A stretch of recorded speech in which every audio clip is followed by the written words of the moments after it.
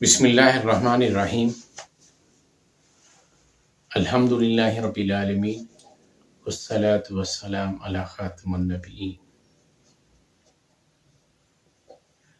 रब्बे जलील ने जिस तरह कुरान मजीद फुरकान हमीद के लफ्ज़ों की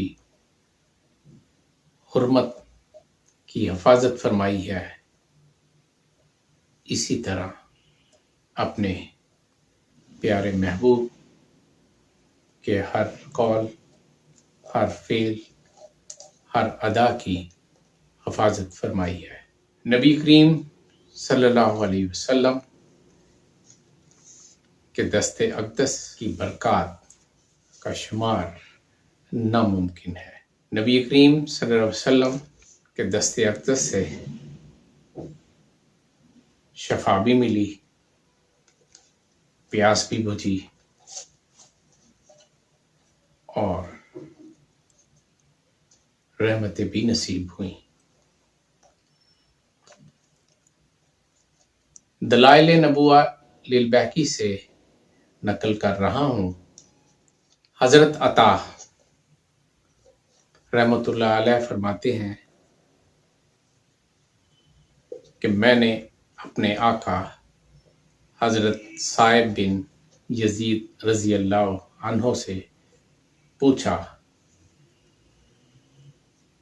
कि ये फरमाइए कि आपके दाढ़ी के बाल सफ़ेद हो गए हैं और आपके सर के बाल अभी तक काले क्यों हैं। हज़रत साइब बिन यजीद रज़ी अल्लाह अन्हो फरमाते हैं कि मैं बच्चा था, नबी करीम सल्लल्लाहु अलैहि वसल्लम जब एक जगह से गुजर रहे थे तो मैं दूसरे बच्चों के साथ खेल रहा था। आप सल्लल्लाहु अलैहि वसल्लम ने बच्चों को सलाम किया। मैं भागकर आपकी खिदमत अक़दस में हाजिर हुआ।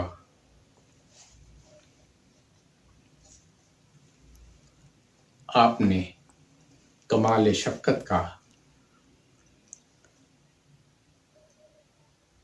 अंदाज अपनाया और मेरे सर पर अपना दस्ते शफ़क़त फेरा। इस वजह से मेरे सर के बाल कभी भी सफ़ेद न होंगे।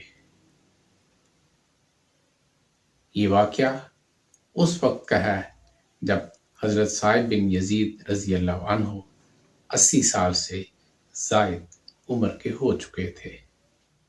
हज़रत यूनुस बिन मोहम्मद बिन अनस रहमतुल्लाह अलैह फरमाते हैं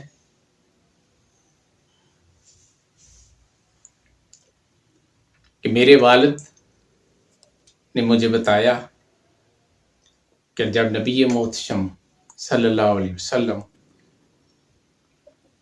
मदीना में हिजरत करके तशरीफ़ लाए तो उस वक़्त उनकी उम्र 2 हफ्ते थी।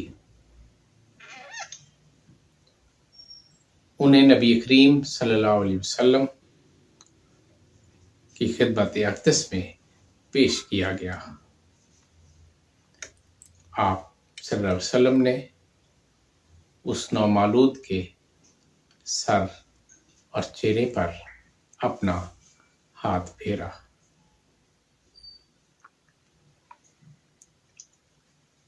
उम्र के हिसाब से वो सन रसीदा हो गए थे, मगर उनके दाढ़ी और सर के बाल अभी काले थे। हज़रत बशीर बिन अकरबा अल जहनी रज़ी अल्लाह अन्हु फरमाते हैं